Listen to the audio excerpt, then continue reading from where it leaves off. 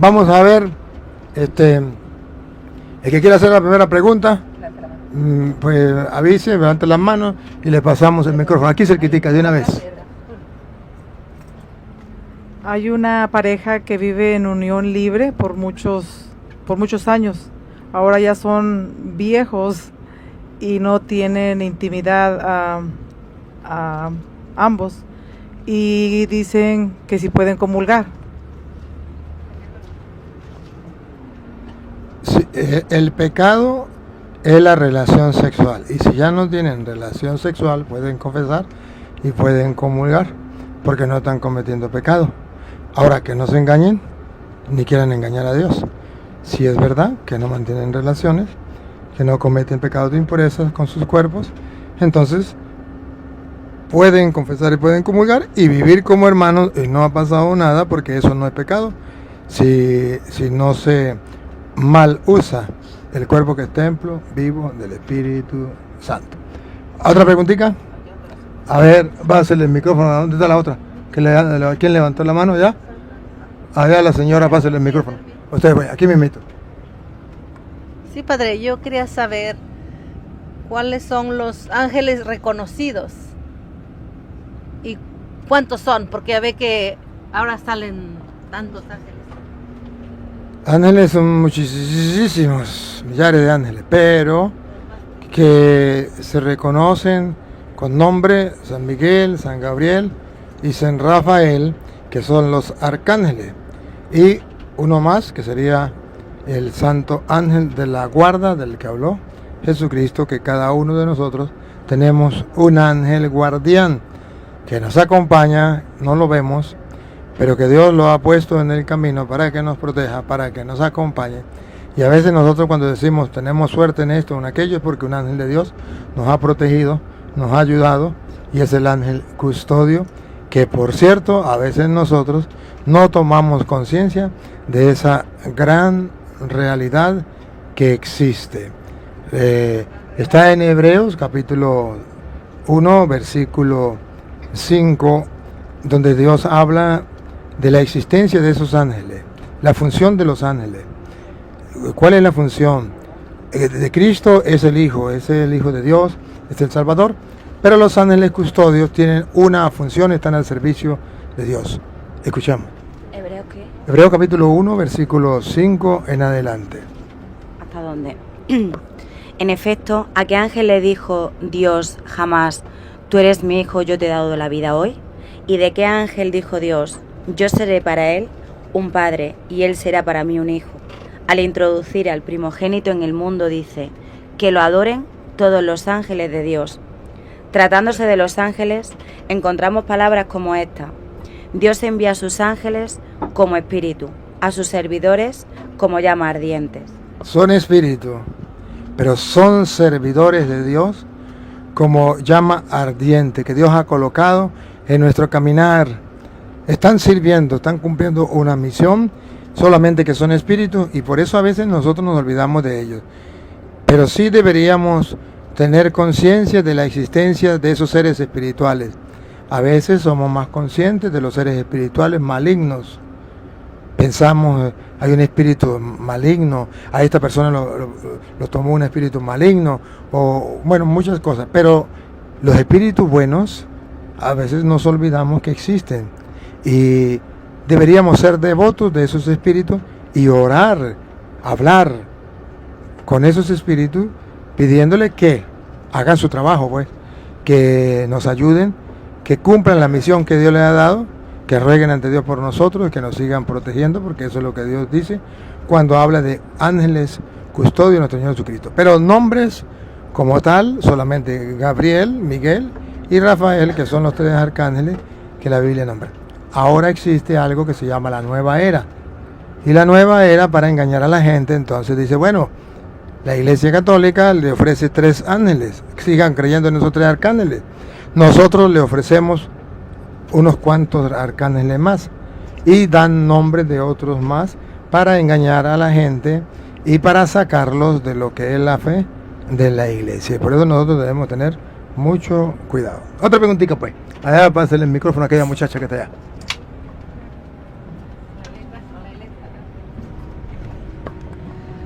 Padre, tengo una pregunta. En la Iglesia Católica, ¿es permitido? Y si no es permitido, ¿a qué se debe, por ejemplo, hacer declaraciones?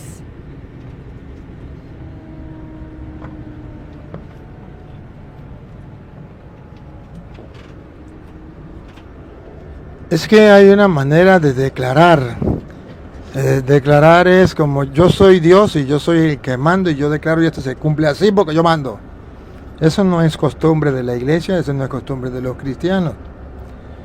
Esa manera la están usando hoy en el mundo para la gente orgullosa, soberbia, que se cree más que Dios, entonces da órdenes a Dios y por eso declara dándole órdenes a Dios. Es una manera errada de buscar un milagro de Dios, la ayuda de Dios. Ciertamente que nosotros debemos confiar en Dios, eso es otra cosa. Debemos orar con confianza plena de que vamos a encontrar lo que pedimos, pero siempre sabiendo que Dios es Dios y no nosotros. Que nosotros no somos dioses para Dios. No somos superiores a Dios y le damos órdenes a Dios. Si no somos sus siervos y suplicamos a Dios, como la Virgen María, que le digo, no tienen vino. Bueno, no tienen vino, ese es el problema. Y luego dice, hagan lo que Él les diga. Les dice a Jesús, no tienen vino. Está haciendo una petición. No está dándole una orden, a pesar que era la mamá. Ahí le está haciendo saber. Pero luego baja la cabeza y sabe que ella no es Dios. Y dice, hagan lo que Él les diga. Nosotros dentro de la iglesia, con la certeza de que Jesús es Dios y nos puede ayudar y que nos puede dar lo que pedimos, acudimos a Él con petición, sabiendo de que, firmemente, de que Él nos va a conceder, y Jesús dice, que te suceda como has creído, pero nunca ese declaro como darle órdenes a Dios, que es muy común en algunos protestantes.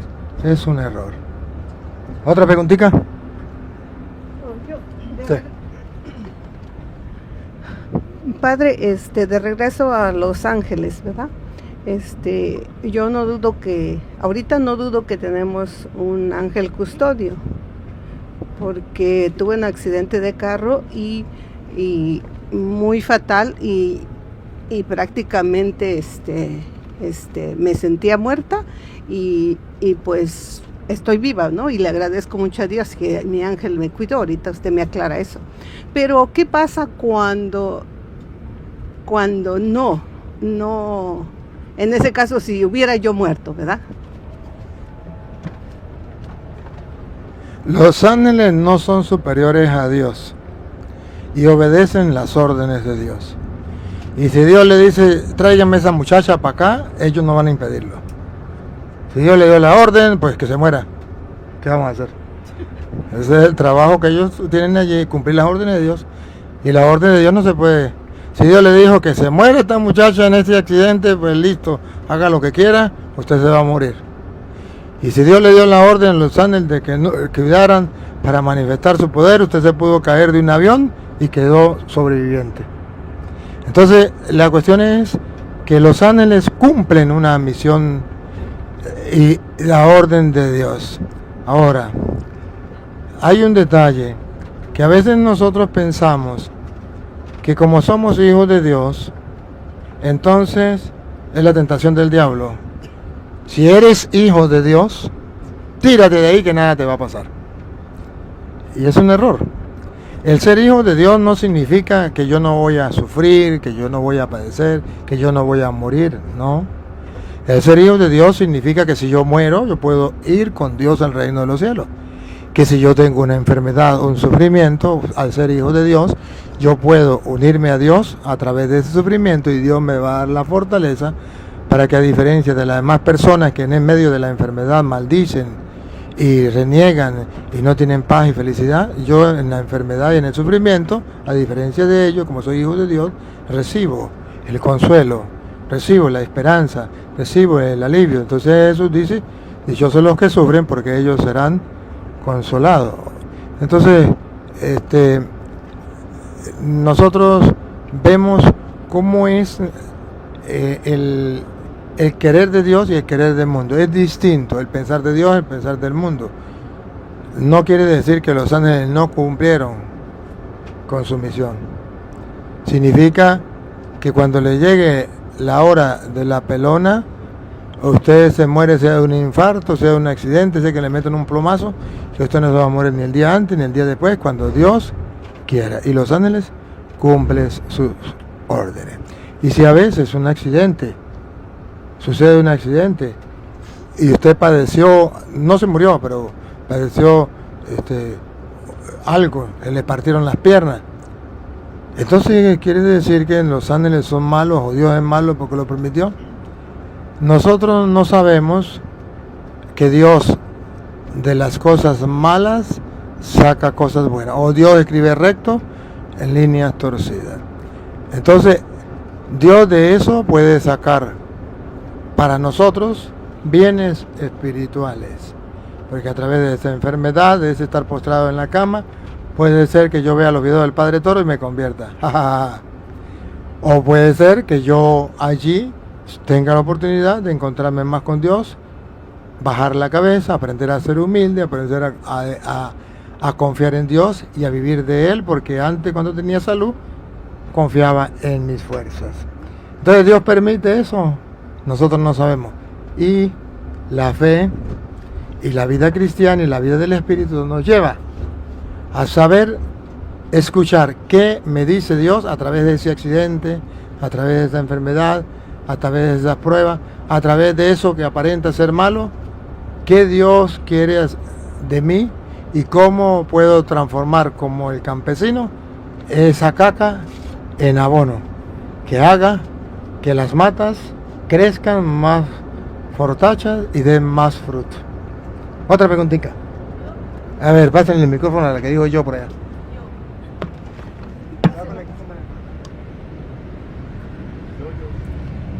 Padre, se dice que en el día de la noche de la Pascua, en nuestra iglesia, que es en Virginia, en Harrisonburg, Virginia, ese día escribimos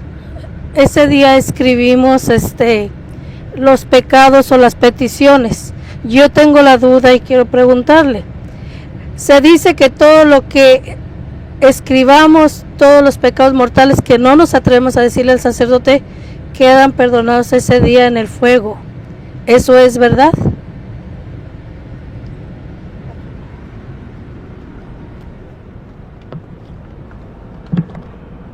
Si hay un arrepentimiento y hay confesión de su pecado, eso es verdad.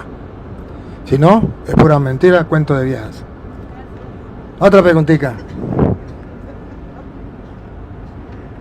O sea, quiero explicarle que no le quito los méritos a la salvación que nos trajo Jesucristo. Pero esos méritos, para que llegue a nosotros, Él ha dejado en las Sagradas Escrituras, y creo que hoy lo vamos a tocar en la misa, por eso no lo explico aquí. Esos méritos llegan a nosotros a través de un canal que es el sacramento de la confesión, donde Dios nos limpia y nos purifica, pero que siempre el diablo y el mundo, para hacer que nosotros no acudamos a ese canal de gracia y de santidad, entonces nos ofrece una salvación light, simplemente pues como los protestantes, directamente con Dios, o escríbanlo en un papel y ya, y listo, ya no hay ningún problema, porque para que no pase la pena, y resulta que la pena es una de las cosas que me hace ver que yo estoy arrepentido, porque si no paso por la pena no estoy arrepentido, pero si paso por la pena quiere decir estoy tan arrepentido que no me importa pasar por la pena. A ver, pásele ahí el micrófono.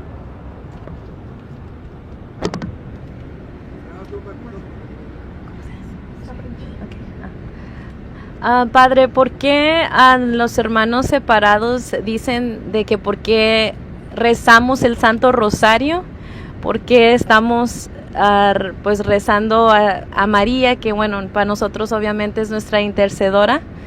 ¿Y por qué rezar el rosario? Siempre escucho eso, si supuestamente, pues obviamente dicen ellos de que podemos comunicarnos directamente con Dios. Entonces esa es mi pregunta para usted.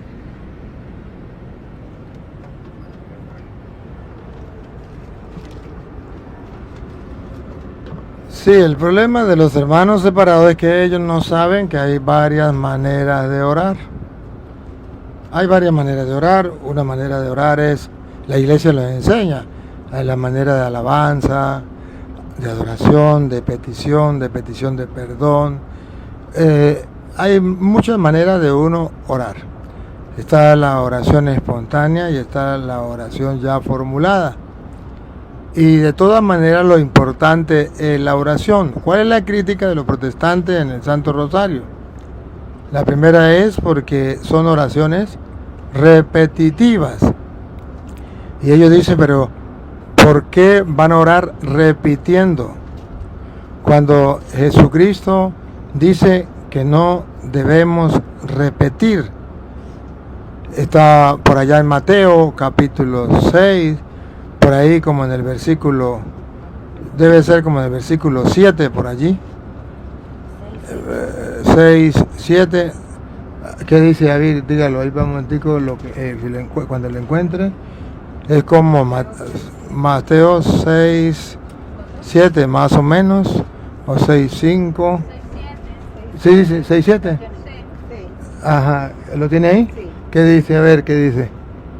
Cuando pidan a Dios, no imiten A ver, los paganos. vamos a ver. Otra vez, léalo. Cuando pidan a Dios, no imiten a los paganos con sus letanías interminables. Ellos creen que un bombardeo de palabras hará que los oiga. Ese versículo confunde a los protestantes, porque ahí habla de letanías o repeticiones. Y entonces pensar que con repetir muchas veces muchas cosas, entonces Dios los va a escuchar. Y usted se queda pensando y dice, pues mira, si tiene razón los protestantes. Caramba, ¿por qué yo tengo que repetir? Me enseñaron mal en la Iglesia Católica. Pero vean ustedes que hay una maldad encubierta, una mala intención de los protestantes encubierta. Porque si analizamos poniendo la lupa y haciéndole zoom, nos damos cuenta que no está hablando de repeticiones normalmente. Está hablando de unas repeticiones y nombra algo específico que nos aclara a nosotros. Repítalo de nuevo. Cuando pidan a Dios, no imiten a los paganos. Esta palabra hay que ponerle la lupa y subrayarla. No imiten, no está hablando a los católicos, está hablando de los paganos. Y el protestante no sabe cuál es la diferencia entre el pagano y el creyente. Por eso dice, cuando pidas a Dios, porque el creyente se dirige a Dios. Se dirige al que todo lo sabe, que todo lo ve, que todo lo puede. Y por eso va a terminar diciendo, Él sabe todo lo que necesitas. No tiene para qué decírselo. Antes de que te lo pida, ya lo sabe. Bueno, porque ese es el Dios de los creyentes. Pero resulta que los paganos se le llaman paganos porque no creían en el Dios del cielo, en el Todopoderoso. Creían en otros dioses que no tienen vida, en otros dioses que no son Dios, que son dioses muertos. Y como no tienen vida, esos dioses son dioses muertos, pues jamás lo van a escuchar. Recuerda cuando el profeta Elías retó a los sacerdotes de Baal y le decía, grítenle más duro, puede ser que esté durmiendo su Dios, puede ser que ande de vacaciones, puede ser que se burlaba. ¿Por qué? Porque los dioses de los paganos son dioses muertos, que nunca van a escuchar.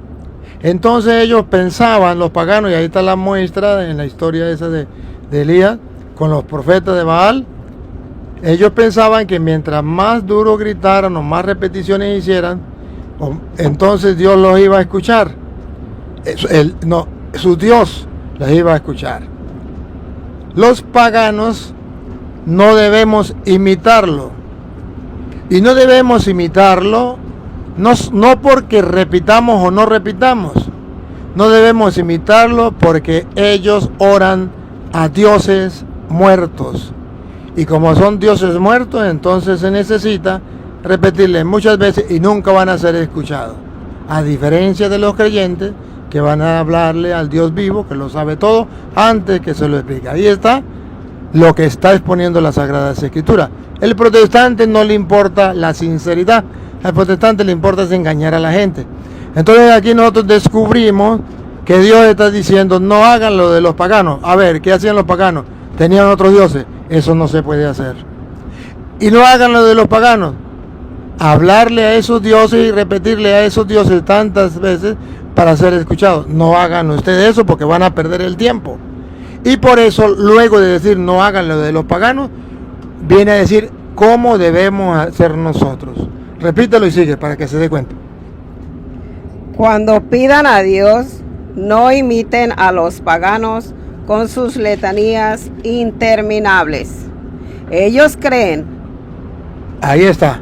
Ellos creen, falsedades, mentiras.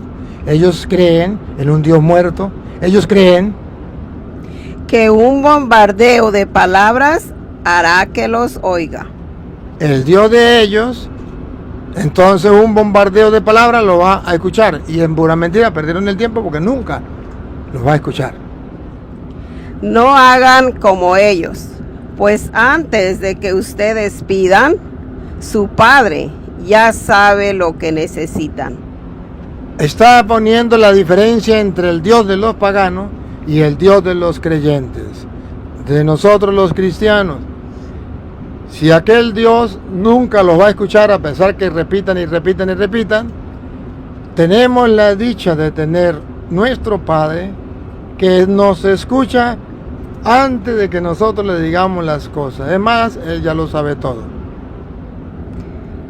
Ustedes, pues, recen así: Padre nuestro, que estás en el cielo, santificado sea tu nombre. Venga tu reino, hágase tu voluntad, así en la tierra como en el cielo. Danos hoy el pan que nos corresponde, y perdona nuestras deudas, como también nosotros perdonamos a nuestros deudores. Fíjense que Jesús nos dice, ustedes no hagan como ellos. Ustedes no digan, no repitan, sino oren espontáneamente. No, Jesús no dijo eso, porque de eso no se trata. Jesús estaba hablando, no imite a los paganos, pidiéndole a un Dios muerto, a un Dios falso. Pero Él dice, ustedes cuando recen digan, o sea, nos está mandando a repetir el Padre Nuestro. Sí podemos repetirlo, sí podemos decirlo. Cada vez que recen digan, nos están mandando a hacerlo cada vez que lo hagamos, nos están mandando a repetirlo. Eso no es ningún problema. El problema es saber a quién se lo estoy diciendo, al Dios verdadero, no a un Dios falso. Esto es lo que los protestantes deberían tener presente, pero a ellos no les importa la sinceridad de la palabra de Dios, porque ahí mismo, creo que es atrasito en el versículo, habíamos comenzado a hablar desde ¿qué número era? En el 5, ¿qué dice el 5? Cuando ustedes recen, Pongan cuidado, queridos hermanos, que no hay sinceridad en los protestantes, porque si ellos estuvieran conscientes de lo que Jesús estaba enseñando realmente, aquí vemos que ellos dicen cumplir una parte, pero no cumplen la otra. En el 5. cuando ustedes recen, no imiten a los que dan espectáculo. Les gusta orar de pie en las sinagogas y en las esquinas de las plazas. ¿No ven el retrato de los protestantes ahí? ¿Por qué no dicen, ay, pues mira, esto está prohibido en la Biblia? ¿Dónde se las pasan ellos? En las esquinas de las plazas, hacen bulla para que la gente los escuche, haciendo espectáculos que a veces no dejan ni dormir a la gente. Oye, y pareciera que eso no estuviera prohibido en la Biblia. Sí está prohibido. ¿Y por qué no hacen caso? Porque a ellos no les importa lo que está escrito, a ellos lo que les importa es protestar contra lo que enseña la Iglesia Católica. Sacar siempre un pretexto. San Agustín decía, para el que quiera creer en Dios, tengo miles de argumentos. Para el que no quiera creer, no tengo ni uno.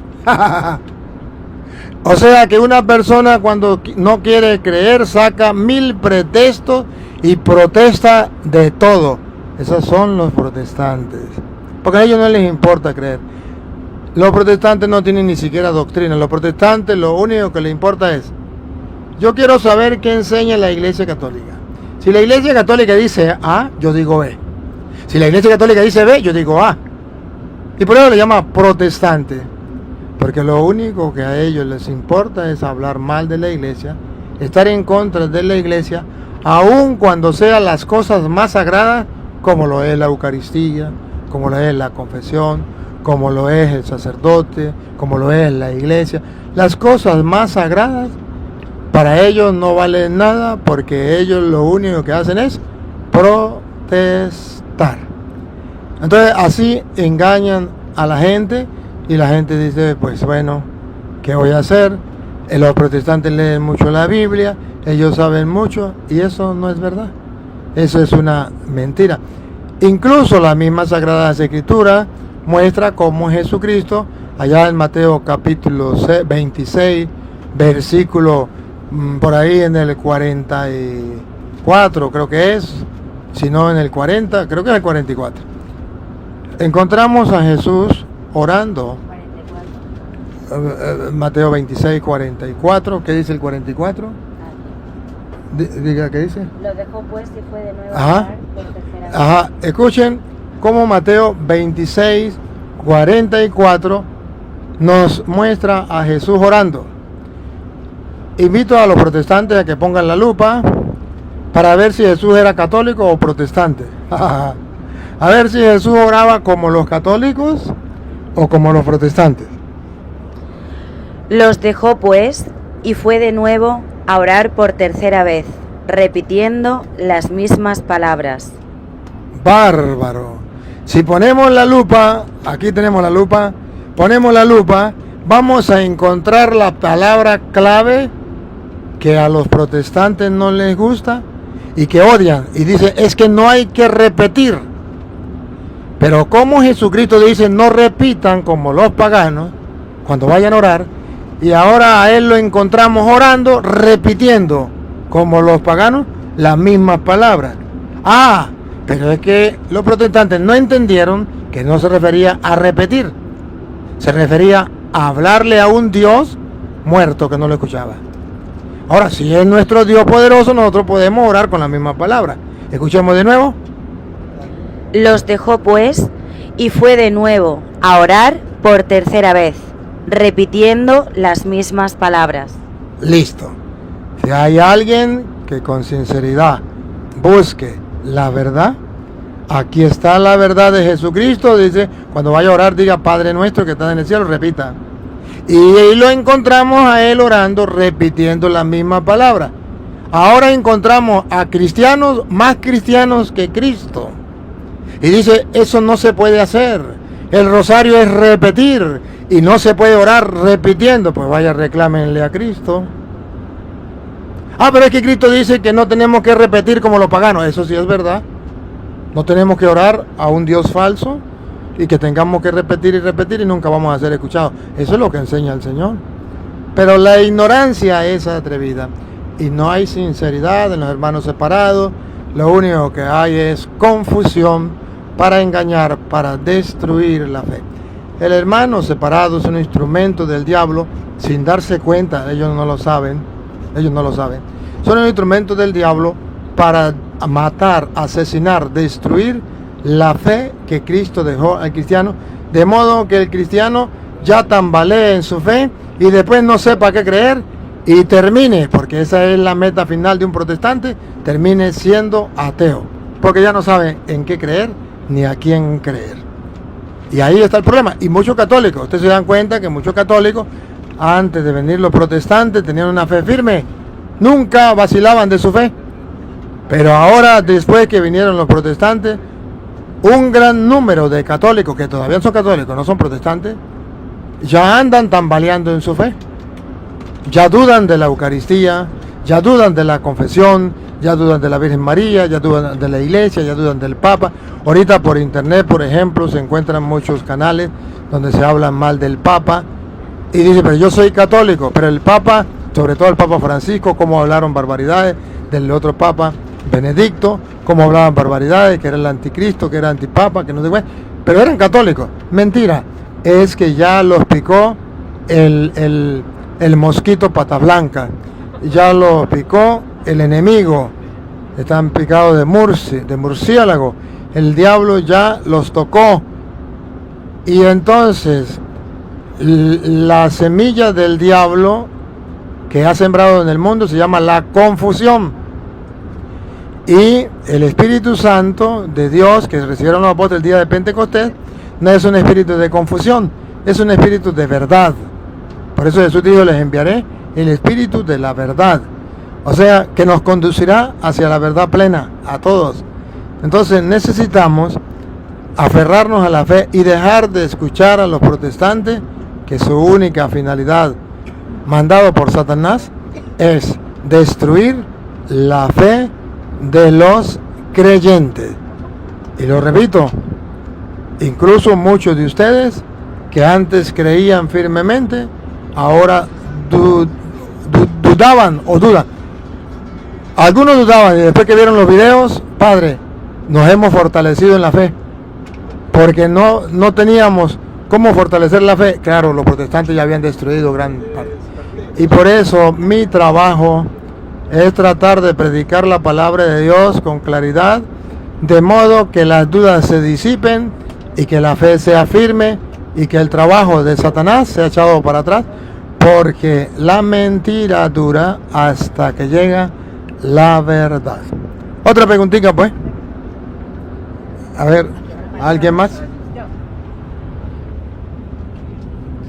Yo tengo una pregunta sobre las indulgencias plenarias y sobre el perdón de los pecados. ¿Cuál es la diferencia el confesarme si yo tengo un arrepentimiento total de dolor de haber pecado y me confieso y mis pecados son perdonados, o tengo que esperar a un año jubileo para que mis pecados sean totalmente perdonados? ¿Cuál es la diferencia? Si yo muero, entonces voy al purgatorio aunque yo haya confesado todos mis pecados. La Sagrada Escritura es clara en Juan 20, Juan 20, 23. San Juan, capítulo 20, versículo 23. Mientras lo encuentran, dice la Biblia en Juan 20, 21, que Jesús le dijo a los apóstoles, la paz sea con ustedes, como el Padre me envió a mí, así los envío yo a ustedes. Jesús envía al mundo, a los apóstoles, con una misión clara. Como el Padre me envió a mí, yo los envío a ustedes. Vean primero esa parte, versículo 21. Jesús les volvió a decir, la paz esté con ustedes. Como el Padre me envió a mí, así los envío yo también. Aquí no queda duda, aquí pueden protestar, aquí pueden brincar, decir lo que les dé la gana, pero la palabra de Dios es clara. Jesús envió a sus apóstoles como el Padre lo envió a él.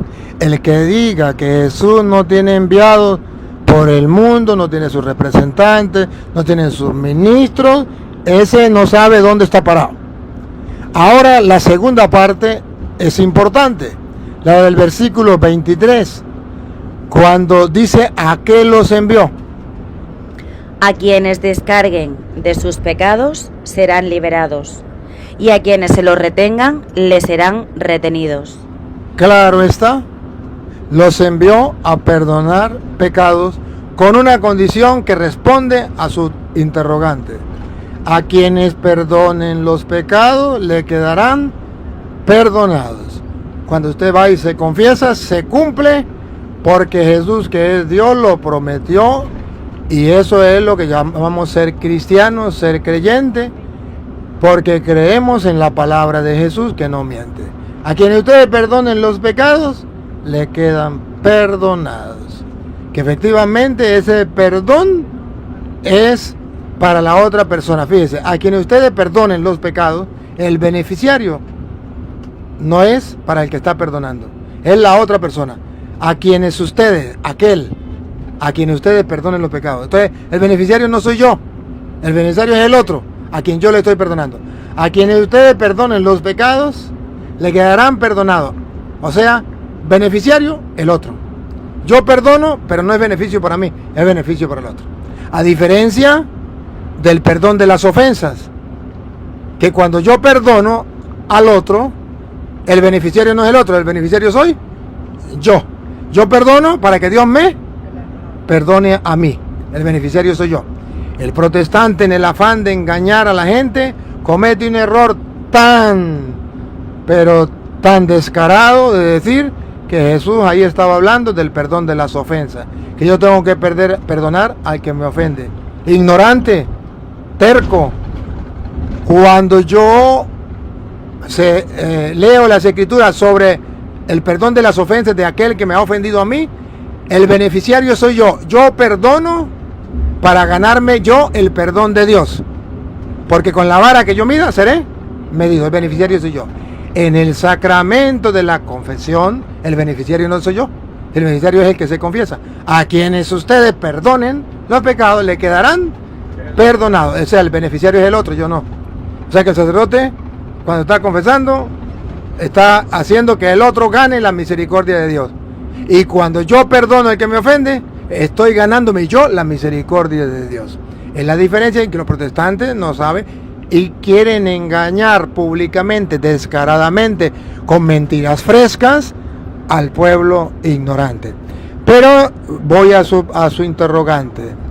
Cuando usted se arrepiente de sus pecados, así lo enseña la Santa Madre Iglesia Católica, 5 pasos para una buena confesión: examen de conciencia, dolor de haber pecado, propósito de enmienda, decir los pecados al confesor y cumplir la penitencia. Si lo ha hecho como lo manda la Santa Madre Iglesia y como el Señor lo pide, sus pecados son plena y totalmente perdonados, sin duda. Se cumple lo que Jesús dice: a quien ustedes perdonen los pecados le quedarán perdonados. O lo que dice Isaías 1:18: aunque sus pecados sean rojos como escarlata, Dios dejará su alma blanca como la nieve. Entonces, no hay duda. No necesito la indulgencia plenaria en un jubileo para recibir ese perdón de Dios. Y entonces, ¿qué es la indulgencia plenaria? Eso es otra cosa. La indulgencia plenaria es, primero, una motivación para aquellos que nunca se han confesado. Y decir, el jubileo es recordar que Dios es misericordioso y viene a salvarnos a todos. Usted a lo mejor tiene 25 años, desde hace 25 años que no se confiesa.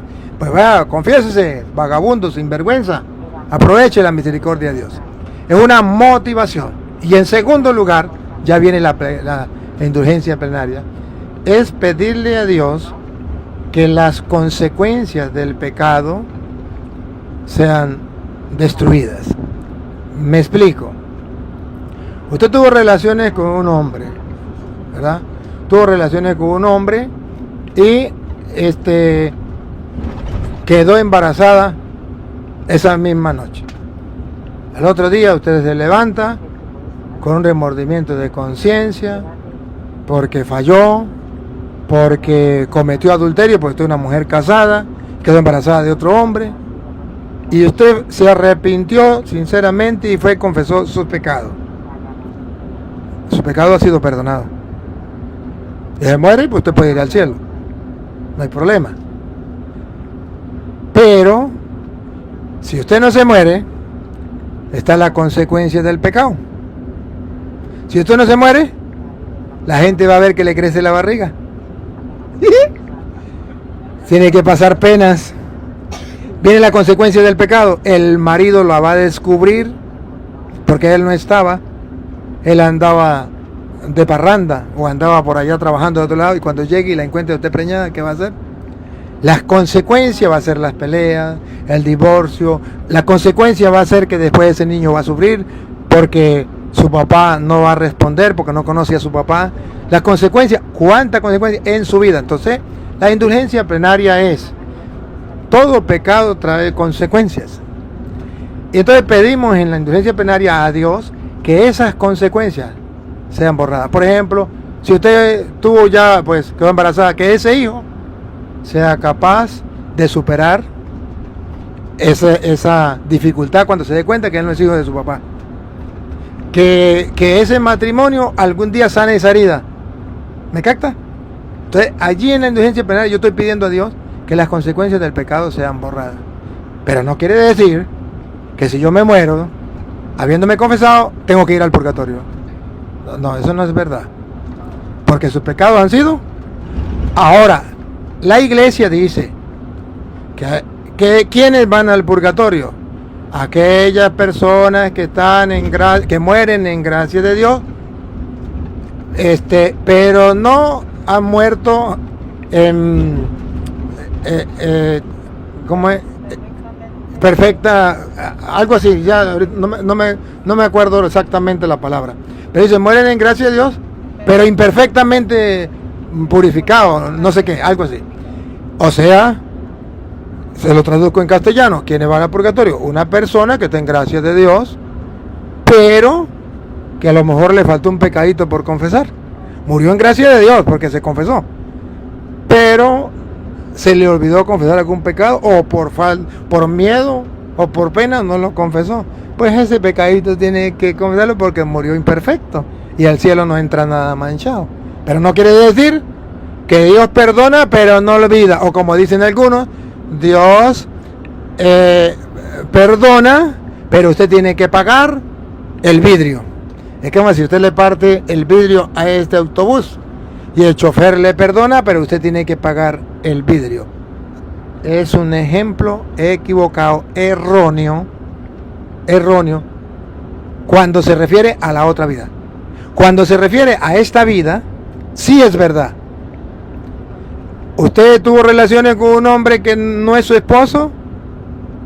Sí. Bueno, ¿se arrepiente? Sí. ¿Dios le perdona? Sí, pero tiene que pagar el vidrio.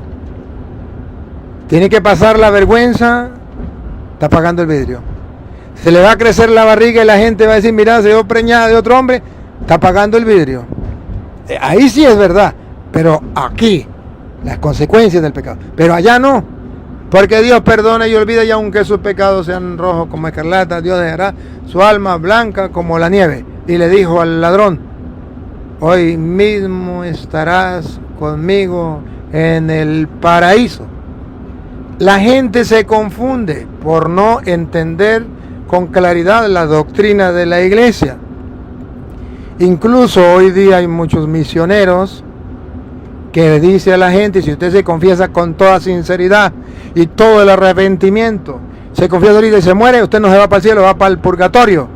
A Petronilo le patina el coco, le patina el coco, le patina el coco, Petronilo le patina el coco, le patina el coco. Eso se llama desconocimiento del amor misericordioso de Dios, que específicamente hoy vamos a celebrar, y usted se me está adelantando porque esa es la homilía de hoy, sobre el corazón bondadoso, misericordioso, ¿cómo que llama? La solemnidad de Sagrado Corazón de Jesús, o de la gran misericordia de Dios. Decir que una persona que se confesó arrepentidamente y va a pagar en el purgatorio porque Dios no le perdonó, sino hizo un amague de perdonar, esto significa que esa persona nunca en la vida ha entendido lo que es el amor misericordioso de Dios, que como dice el profeta, ¿quién fue? David, el rey David. Si llevara cuenta de los delitos, ¿quién podría resistir? Pero de ti procede el perdón, y así infunde respeto. O dice Pablo, Dios estaba reconciliando con Cristo al mundo y a nosotros nos dio el ministerio de la reconciliación, de 2 de Corintios 5, 18. Esto significa que Dios estaba perdonando a los hombres los pecados. Ya no tomaba en cuenta sus pecados. Listo, así de sencillo.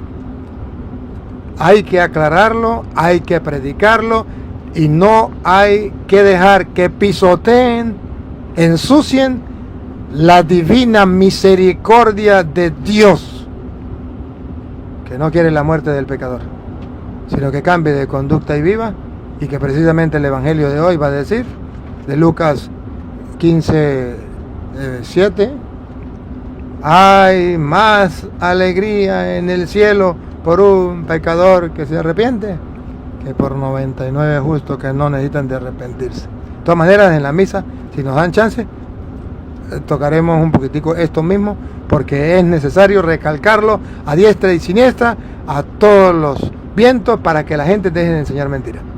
Otra preguntita, pues. Padre, yo tengo un hijo de necesidad especial. Muchas personas que están allegadas a la iglesia me dicen que yo tengo ya el pase al cielo, aunque yo tengo que hacer mis méritos, ¿verdad? Propios, pero tengo el pase al cielo por tener un hijo de cuidados especiales. Mi pregunta es, ¿qué cierto es eso? Eso es verdad, pero no del todo. Eso es verdad porque usted tiene en su casa a un Cristo vivo que puedes amar, servir con toda su fe, con todo su amor, con toda su dedicación, al punto que Jesús dijo, lo que hicieres con él, lo hiciste conmigo.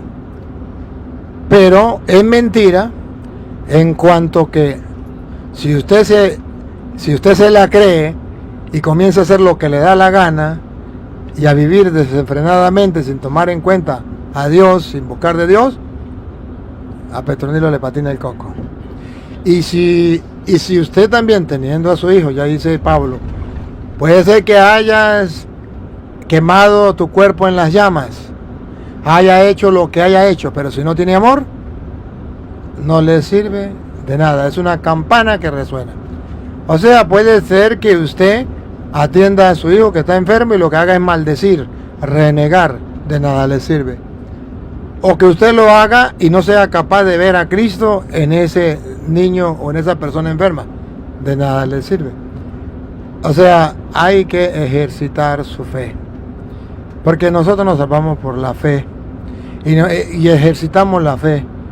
Si tengo que sufrir con Él, sufro en silencio, en paciencia, le digo a Dios, Señor, lo sufro por ti, te lo ofrezco por ti, porque sé que estás en Él, ayúdame, dame paciencia para hacerlo. Perfecto. No tengo ganas, estoy dormida y Él me llama, o Él se cayó, o Él se ensució, lo que sea, y yo voy a ayudarlo. Señor, me levanto para hacerlo porque te amo, por amor a ti lo hago. No porque sienta nada, no se trata de sentir, se trata de creer. Aunque usted no sienta ganas de nada, aunque no sienta ni deseo de hablar con Dios, no importa. Pero si usted lo hace por fe, no por sentimiento, ahora sí, ya va por buen camino. Y acompañado de eso usted hace oración, acompañado de eso usted se confiesa, acompañado de eso usted va a misa. Perfecto, entonces sí, tiene una ventaja más grande que los demás y tiene una oportunidad más grande que los demás para ganarnos el reino de los cielos. ¿Otra preguntita? Saludos. Padre, el purgatorio es la esperanza para muchos pecadores, como, no sé, homosexuales, ateos, gente que vive desenfrenada. Y una segunda preguntita. ¿Qué diferencia hay con los místicos como San Pío o María Sigma, que conversan con almas del purgatorio? A diferencia de, no sé, de las personas que hacen espiritismo, que buscan hablar con los muertos y que con ángeles, o sea, ya. La primera era ¿qué? Hizo dos preguntas. La primera, ¿qué fue?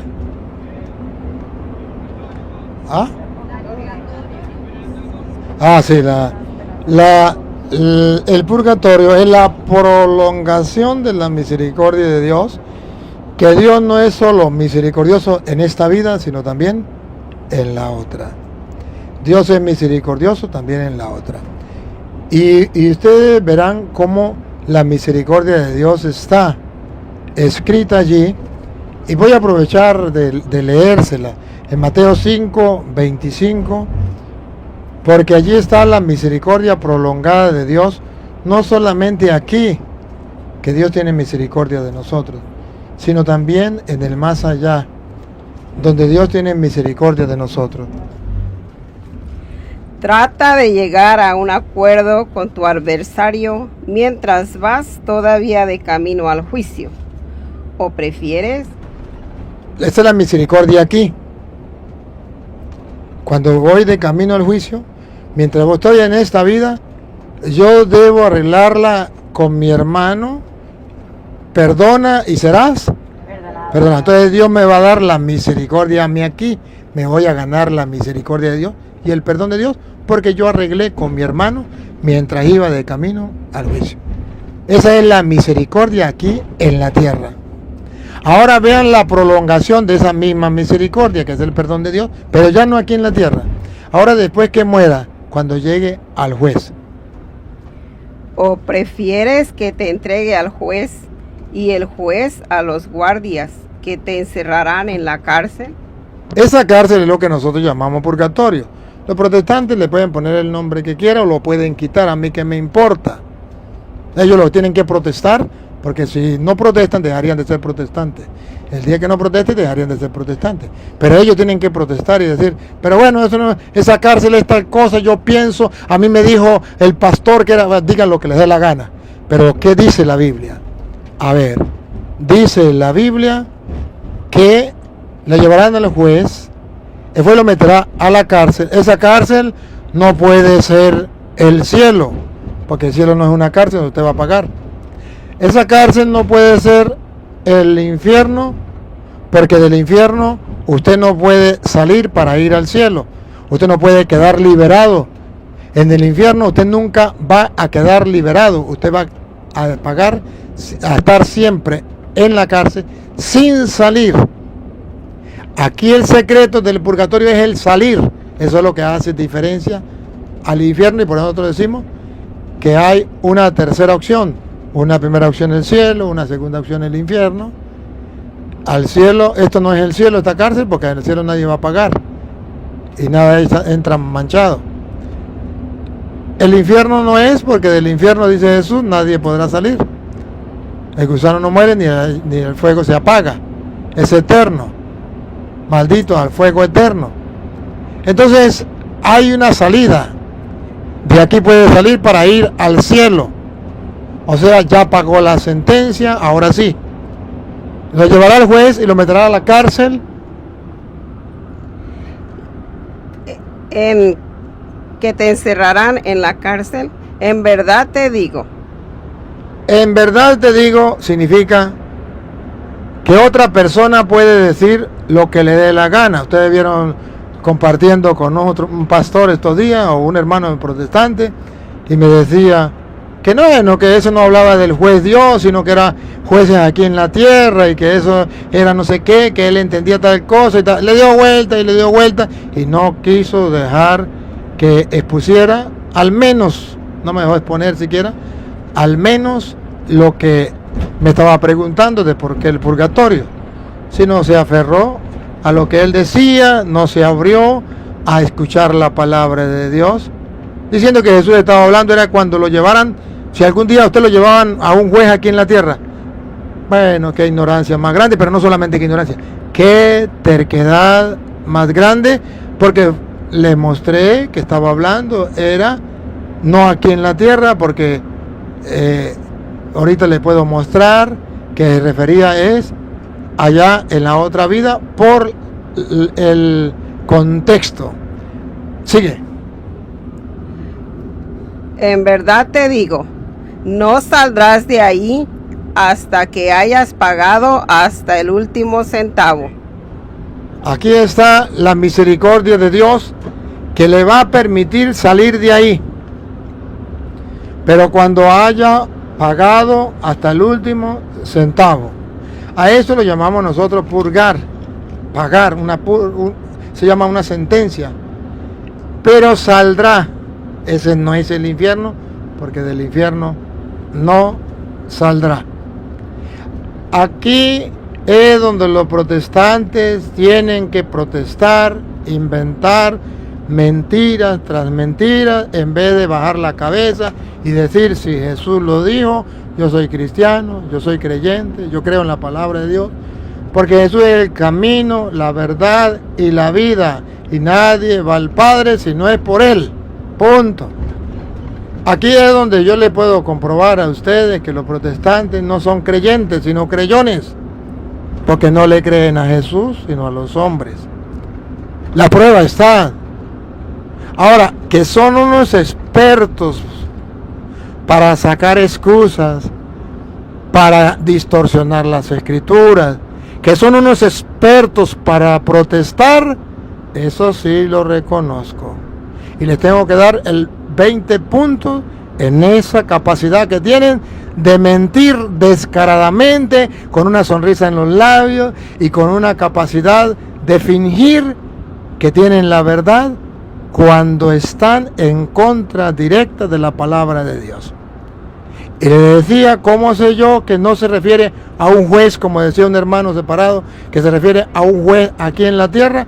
Porque desde el versículo 20 comienza diciendo que nuestra justicia tiene que ser superior a lo del escriba y fariseo para poder entrar al reino de los cielos. Escuche. Yo se lo digo, si no hay en ustedes algo mucho más perfecto que lo de los fariseos o de los maestros de la ley, ustedes no pueden entrar en el reino de los cielos. Está hablando no de esta vida, sino de la vida del más allá, la del reino de los cielos. No podrán entrar, no podrán entrar al reino de los cielos. Entonces Jesucristo no está hablando de aquí en la tierra, está hablando para poder entrar al cielo. Y luego viene la explicación, dale. Ustedes han escuchado lo que se dijo a sus antepasados: no matarás. El homicida tendrá que enfrentar un juicio. Está hablando no aquí en la tierra. No está hablando del juicio que tienen que pagar aquí en la tierra. Ciertamente que en la tierra hay un juicio también y que puede ir a la cárcel. Pero no está hablando de eso, porque está hablando del reino de los cielos, ya lo dijo. El homicida tendrá que pagar un juicio. Pero yo les digo, si uno se enoja con su hermano, es cosa que merece juicio. El que ha insultado a su hermano merece ser llevado ante el Tribunal Supremo. Tribunal Supremo no es el Tribunal Supremo de Justicia. El Tribunal de Dios es el tribunal que está por encima de todo. Incluso el que insulte a su hermano. Entonces, ¿cómo va a hablar de que es un juez de la tierra? Mis respetos para ese hermano, le aprecio mucho. Ustedes vieron el debate, pero ahí está la palabra de Dios. Y si él ve este programa, mi respeto. Pero te invito a que reflexione, a que descubra con sinceridad lo que dice Dios. Listo. Si no lo quieres descubrir, mi respeto. No hay peor ciego que el que no quiera ver. No hay peor sordo que el que no quiera oír. Si lo ha tratado de renegado de la fe, merece ser arrojado al fuego del infierno. Entonces, por un lado está el cielo, por otro lado está el infierno. Dos. Pero luego está la tercera parte, que es de donde podrá salir, que es lo que llamamos purgatorio. El cielo no va a pagar, el infierno no puede salir. Pero del purgatorio sí puede. Por eso, si tú estás para presentar tu ofrenda en el altar y te acuerdas de que tu hermano tiene algo contra ti, está hablando no ante un juez de la tierra, sino está hablando de la vida espiritual. Va ante el altar de Dios. Deja ahí mismo tu ofrenda ante el altar y vete antes a hacer las paces con tu hermano. Después vuelve y presenta tu ofrenda. Trata de llegar a un acuerdo con tu adversario mientras vas todavía en camino al juicio. ¿O prefieres? Y ese juicio se refiere al juicio con Dios. Ahí está claro. Ya listo. Para el buen entendedor, poca palabra basta. El que no quiera creer, bueno, mis respetos. pero aquí está. Ahora, cuando usted habla, ¿me queda cuánto? No, ¿cuánto la batería? ¿No ve? A ver, entonces, bueno. Bueno, ya casi. Entonces, respondemos rapidito a la otra. La diferencia entre lo que es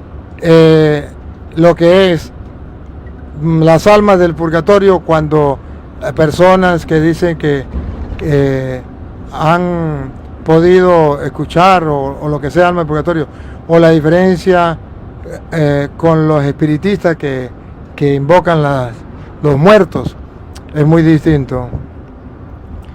Porque cuando se invoca a los muertos, está invocando al espíritu del mal para engañar a la gente, haciéndole creer que son los muertos que vienen a hablar y actuar, no Dios, sino que son los muertos, y se está implorando satánicamente, diabólicamente, las cosas de el mal, no las cosas del bien. O miremoslo de otro punto. Existen los espíritus malignos y los espíritus del bien. Se está implorando el poder del mal, los espíritus malignos. Ahí está el pecado. Implorar a los espíritus benignos, implorar a los espíritus del bien, no está mal. Si nosotros nos dejamos guiar por los ángeles custodios, decíamos hace rato, eso está bien. Pero si nos dejamos llevar por los ángeles diabólicos, eso está mal. Igualmente, si invocamos los espíritus de los muertos, eso significa el mal. Si invocamos a las almas del purgatorio, eso no significa el mal. Significa es aquellas personas que van a ir al cielo, pero que tienen que pasar por una purificación. Entonces hay una diferencia entre una cosa y la otra. Depende de qué espíritu, con qué espíritu. Igual que usted invoca a Dios, es un espíritu, y usted invoca al diablo, es un espíritu. ¿Cuál es la diferencia? Que el diablo es un espíritu malo